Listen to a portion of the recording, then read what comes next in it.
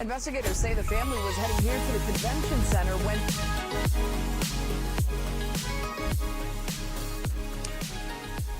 Good afternoon and welcome to News 6 Extra. I'm News 6 anchor Lisa Bell. Today is Thursday, June 26th. We have a lot to get to this afternoon, including Duke Energy doing some live wire training, as well as a controversy regarding those license plate readers. But first, we need to talk about an iDrive road rage arrest. This was a terrifying moment for a family in town visiting Disney. Deputies say a man pointed a gun at them during a case of road rage.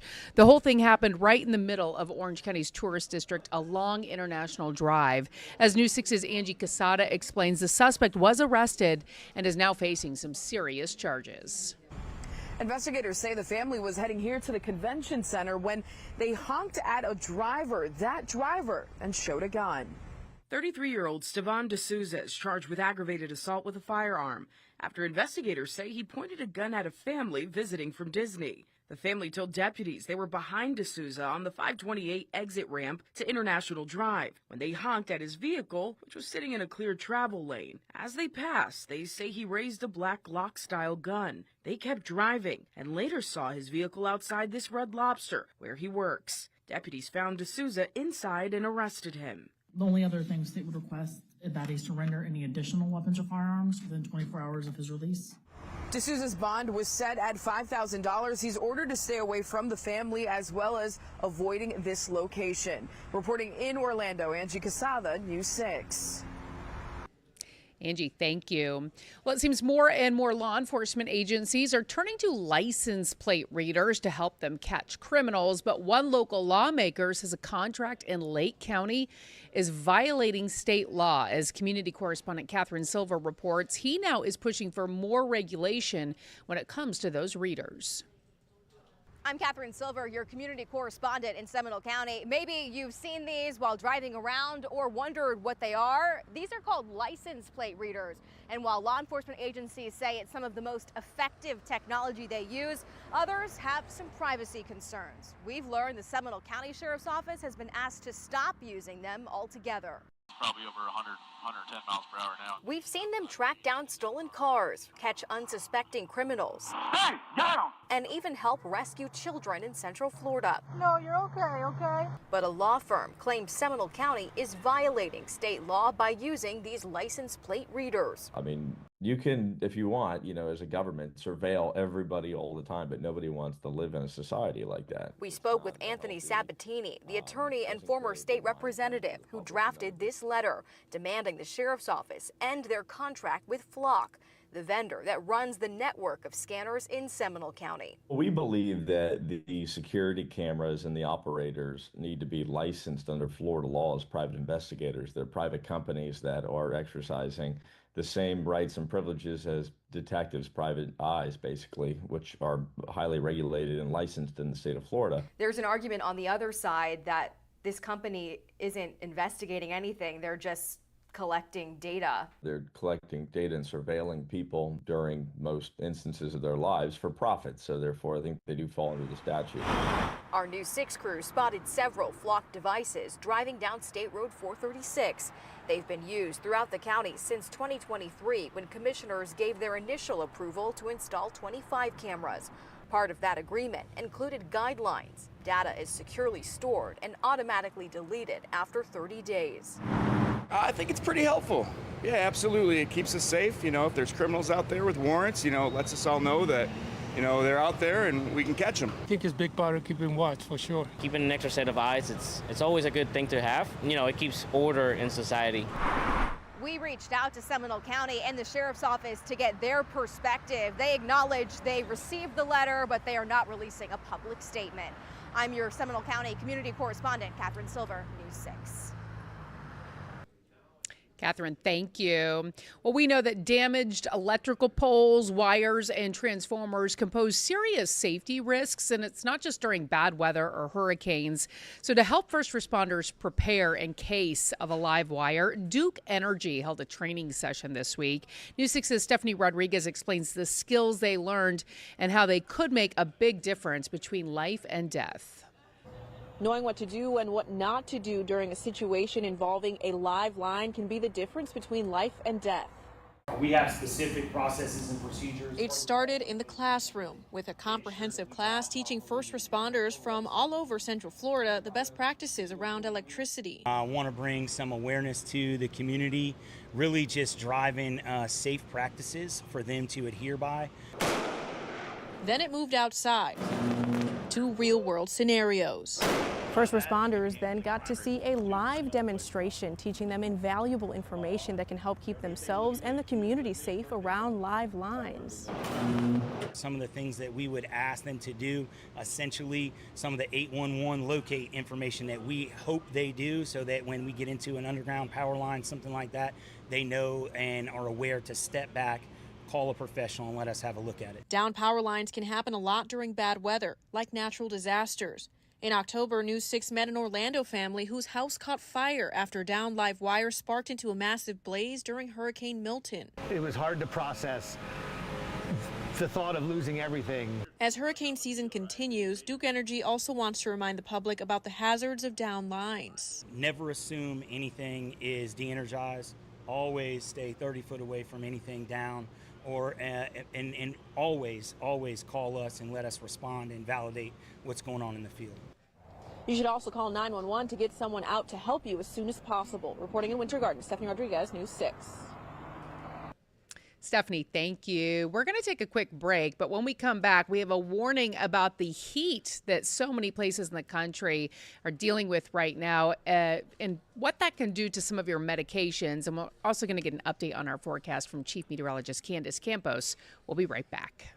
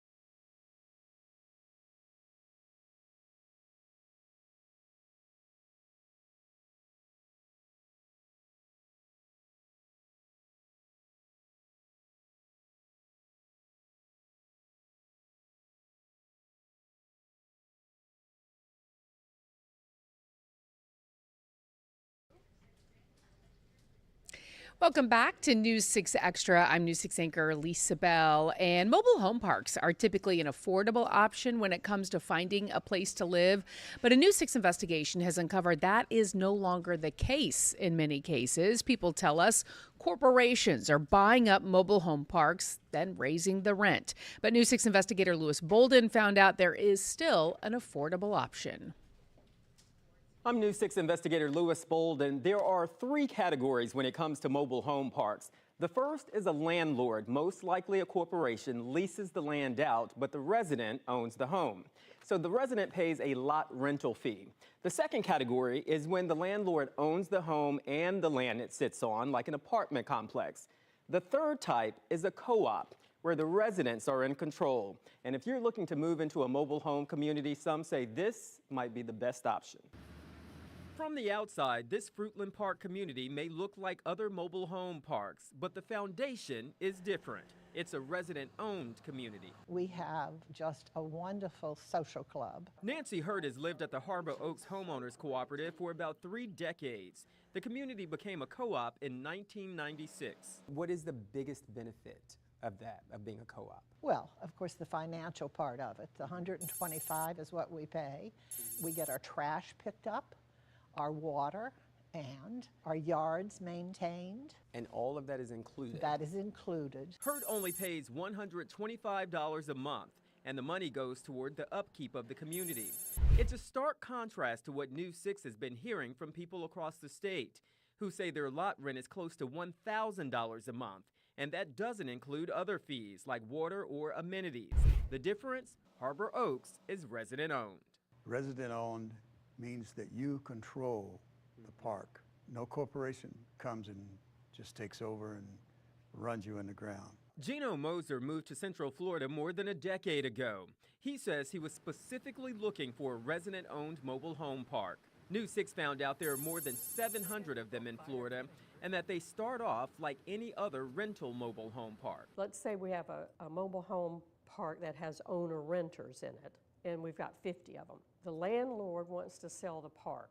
The law protects the owner-renters by giving them the right of first refusal to purchase the park. In order to purchase the park, they will organize into a corporation. Betsy Barbeau helps train people who manage condos, co-ops, and HOAs. She says when you join a co-op, you own part of the corporation. They'll have a board of directors of themselves. They'll create bylaws. They'll create their budget. The shareholders will pay one amount, and the non-shareholders will pay a higher amount. But those rates are still going to be generally a good bit lower than in the other two kinds of parks. If someone were coming to you saying, hey, we're new to Florida, we're thinking about a mobile home park, what would be your recommendation? They should very definitely consider a co-op rather than a rental park.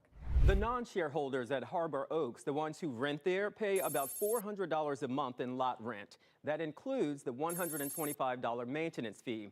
The reason why the fee is so low is because the co-ops are not trying to make a profit. I'm Louis Bolden, News 6. Louis, thank you. Well, as the temperatures rise, a health alert when it comes to a variety of medications. Not all of them are holding up well in the heat. Reporter Jessica Goye spoke with a pharmacist who warns certain medications may put you at a higher risk of dehydration. Trying to stay cool in the extreme heat, be aware that some medications don't mix well with hot weather. Heat, humidity, and sunlight are all factors that can impact medications and how a person responds to them. Trisha Miller, a pharmacist at UPMC Presbyterian Shadyside, says you need to know if your meds can put you at higher risk for heat-related illnesses.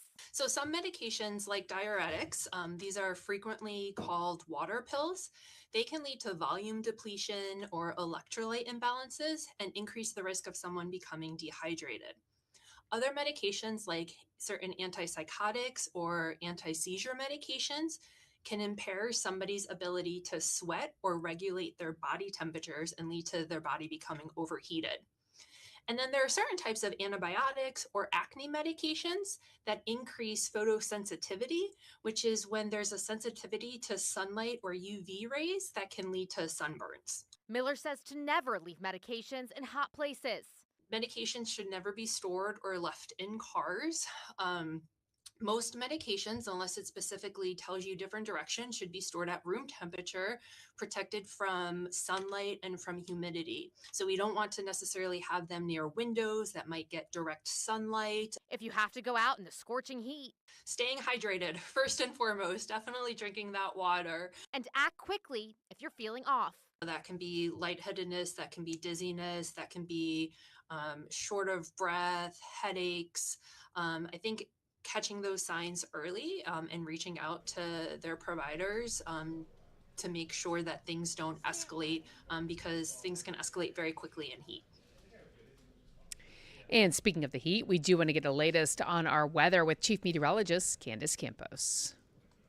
I'm Chief Meteorologist Candace Campos. We're going to continue to turn more unsettled for this afternoon and continuing a decent chance for daily showers and a few strong thunderstorms each afternoon. In the meantime, though, we are going to continue to feel that heat. Highs running near normal, actually, but because we have so much tropical air and moisture in the atmosphere, it will once again be feeling like 100 to 105 all throughout the weekend. And although 4th of July is still a few days away, I always like to kind of show you kind of the weather beyond the next 7 days, and it looks like as of right now, 4th of July looking pretty typical, meaning hot and stormy. As we look here at the satellite and radar composite, we are watching this upper level low. It's kind of in the mid to upper levels of the atmosphere. It has nothing to do with any tropical development, but underneath this low, we are already watching plenty of scattered showers kind of rotating in along our coastline.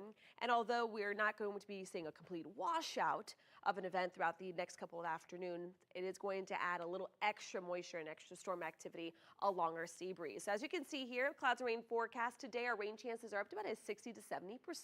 Scattered showers will start to develop at about 2, 3 o'clock. So if you're picking up the kids from summer camp around that time, might dodge a few isolated pockets of some downpours, but then the chance becomes more widespread as that east coast sea breeze really starts to fire up those strong storms potentially. But notice anytime on our modeling when we start getting real like symmetrical circles with bright reds and purples, that tends to indicate a higher end chance for strong to severe storms in the forecast. Then as late as about 6, we will have some residual rain and storms, but most of the strong storms once again will be pinned out towards the Gulf Coast waters just like they did on Wednesday. So as we take you here hour by hour for your Thursday, our rain chances this afternoon back up to about a 60%. Highs again near normal, but still feeling like the triple digits. A lot more rain is expected on the radar today than yesterday. And unfortunately, because we have that upper low close by, that is going to increase our threat for strong to severe storms. As of now, the Storm Prediction Center highlighting basically kind of our inland and western zones for that isolated risk for some of those storms to turn severe. And then on our Friday, same setup. More rain is in the forecast with that severe weather threat likely. The winds and the hail, because of that upper level low, those tend to be kind of the two bigger impacts out of the normal lightning and rain in the forecast. So we're still talking gusts upwards about 45 to 50. Quarter to pea-sized hail could be possible. And then rain chances, as I said, we're going to continue to stay pretty unsettled, kind of fluctuating between about a 60 to 70% chance. So overall, just keep the rain gear handy. And we know for the most part, most of this activity will be coming throughout Central Florida throughout each afternoon. Candace, thank you. And thank you for spending some time with us on News 6 Extra. Be sure to get the latest updates anytime by checking out clickorlando.com, and be sure to join us for our next newscast starting at 4.